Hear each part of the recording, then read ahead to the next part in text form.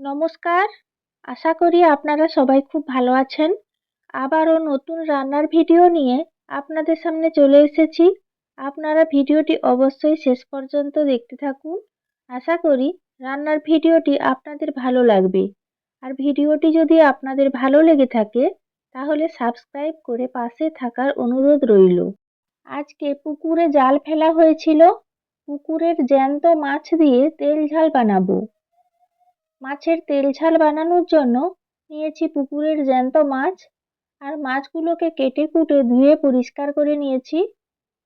আজকে জালেতে জাপানি পুঁটি মাছ আর পোনা মাছ উঠেছে। এই মাছগুলো দিয়েই তেল ঝাল রান্না করব। এবার মাছের মধ্যে দিয়ে দিচ্ছি পরিমাণ মতো লবণ আর দিয়ে দিচ্ছি পরিমাণ মতো হলুদ গুঁড়ো। লবণ ও হলুদ গুঁড়ো মাছে বেশ ভালো করে মাখিয়ে নেব। এবার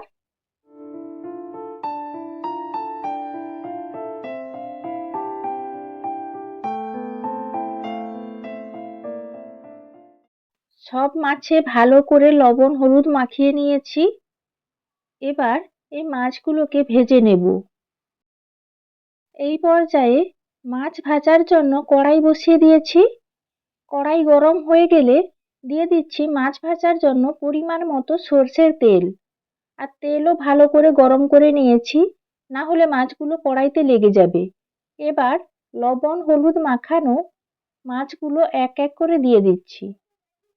একসঙ্গে সব মাছ ভাজছি না, দু দফায় মাছগুলোকে আমি ভেজে নেব। প্রথমে আমি 3 পিস মাছ দিয়েছি। এই মাছগুলো ভাজা হলে তারপর আমি বাকি মাছগুলো আবার ভেজে নেব। মাছের একদিক মোটামুটি লাল করে ভেজে নিয়েছি। এবার মাছগুলোকে উল্টে দিচ্ছি। আর আজকে আমি তেল ঝাল বানাবো, তাই আমি মাছগুলোকে একটু কড়া করেই ভাজবো। লাল করে মাছগুলোকে ভাজবো।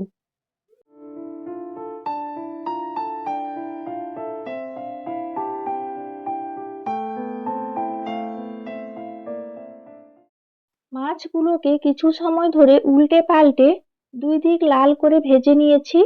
এবার মাছগুলোকে বাটিতে তুলে নিচ্ছি। এক এক করে সব মাছগুলোকে আমি তুলে নিলাম। এবার আবারও কড়াইতে বাকি মাছগুলো দিয়ে দিচ্ছি। আর একইভাবে এই মাছগুলোকেও ভালো করে ভেজে নেব।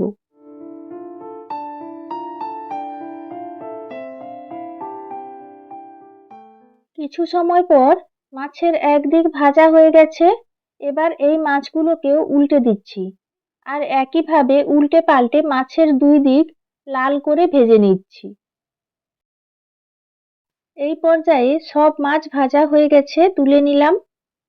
মাছ ভাজা কড়াইতে দিয়ে দিলাম শুকনো লঙ্কা আর গোটা জিরে ফোড়ন। কয়েক সেকেন্ডের জন্য নেড়ে চেড়ে ফোড়ন ভালো করে ভেজে নিচ্ছি। আর ফোড়ন ভাজা হয়ে গেলে তেলের মধ্যে দিয়ে দিলাম পেঁয়াজ বাটা। একই সঙ্গে দিয়ে দিচ্ছি কয়েকটা চেরা কাঁচা লঙ্কা। আপনারা যদি আরো বেশি ঝাল খেতে চান, বেশি পরিমাণে কাঁচা লঙ্কা ব্যবহার করতে পারেন। এবার নেড়ে চেড়ে মশলা ভালো করে কষিয়ে নিচ্ছি। পেঁয়াজ বাটা কিছু সময় কষানোর পর হালকা বাদামি রং হতে শুরু করেছে। এই পর্যায়ে দিয়ে দিলাম আদা বাটা। আদা বাটা দেওয়ার পর আবারও মশলা কষাতে থাকবো। আদার একটা কাঁচা গন্ধ থাকে, সেই কাঁচা গন্ধটা যত সময় পর্যন্ত না যাচ্ছে তত সময় মশলা ভালো করে কষাতে থাকবো। আদার কাঁচা গন্ধ চলে গেছে। এই পর্যায়ে আমি দিয়ে দিচ্ছি জিরে বাটা। জিরে বাটা দিয়ে আবারও মশলা ভালো করে কষাতে থাকবো। আর এইভাবে কষিয়ে কষিয়ে রান্না করলে রান্নার স্বাদ বেশি ভালো হয়।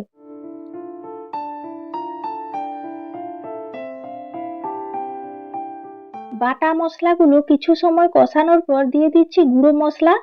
ঝালের জন্য দিলাম লঙ্কার গুঁড়ো, দিয়ে দিচ্ছি পরিমাণ মতো হলুদ গুঁড়ো আর একই সঙ্গে দিয়ে দিলাম পরিমাণ মতো লবণ।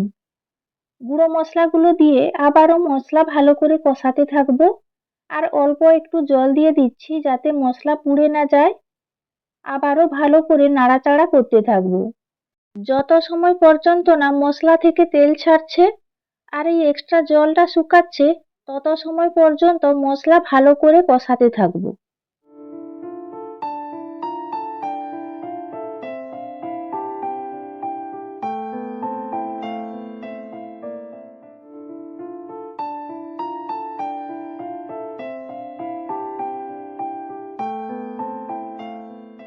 কিছু সময় ধরে কষানোর পর দেখতেই পাচ্ছেন মশলার যে এক্সট্রা জলটা শুকিয়ে গেছে আর ধীরে ধীরে তেল ছাড়তে শুরু করেছে।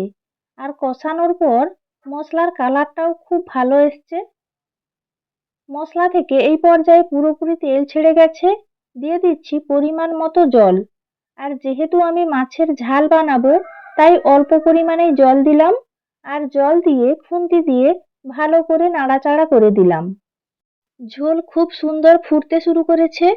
এই পর্যায়ে ভেজে রাখা মাছগুলো এক এক করে ঝোলের মধ্যে দিয়ে দিচ্ছি। আর মাছগুলো দিয়ে আবারও কিছু সময় ঝোল ফুটিয়ে নেব, তাহলেই রান্নাটা হয়ে যাবে। আর এইভাবে আপনারাও বাড়িতে জ্যান্ত মাছের ঝাল রান্না করুন, খেতে খুব ভালো লাগবে আশা করি। সব মাছ দেওয়া হয়ে গেছে ঝোলের মধ্যে। এবার কিছু সময়ের জন্য ঢাকা লাগিয়ে দিলাম। প্রায় 10 মিনিট মতো ঢাকা লাগিয়ে মাছের ঝাল ফুটিয়ে নিয়েছি। আর এই পর্যায়ে ঢাকনা খুলে হালকা হাতে নেড়েচেড়ে দিচ্ছি, না হলে মাছগুলো ভেঙে যেতে পারে। আর রান্নার পর দেখতেই পাচ্ছেন মাছের ঝালটা দেখতে কত ভালো হয়েছে। মাছগুলো ভালোভাবে সেদ্ধ হয়ে গেছে আর ঝোলটাও বেশ ঘন হয়ে গেছে। এই পর্যায়ে আমি মাছের ঝাল একটা বাটিতে ঢেলে নিচ্ছি। পুকুর থেকে জাল ফেলে ধরে আনা জ্যান্ত মাছের তেল ঝাল রান্না হয়ে গেছে, পরিবেশন করার জন্য রেডি হয়ে গেছে। আর দেখেই তো বুঝতে পারছেন কতটা লোভনীয় হয়েছে। আর এই জ্যান্ত মাছের তেল ঝাল রান্নার স্বাদ ও গন্ধ পেতে হলে আপনারাও বাড়িতে এইভাবে জ্যান্ত মাছের তেল ঝাল রান্না করুন। আশা করি আপনাদেরও খেতে ভালো লাগবে। খেয়ে কমেন্ট করে জানাবেন।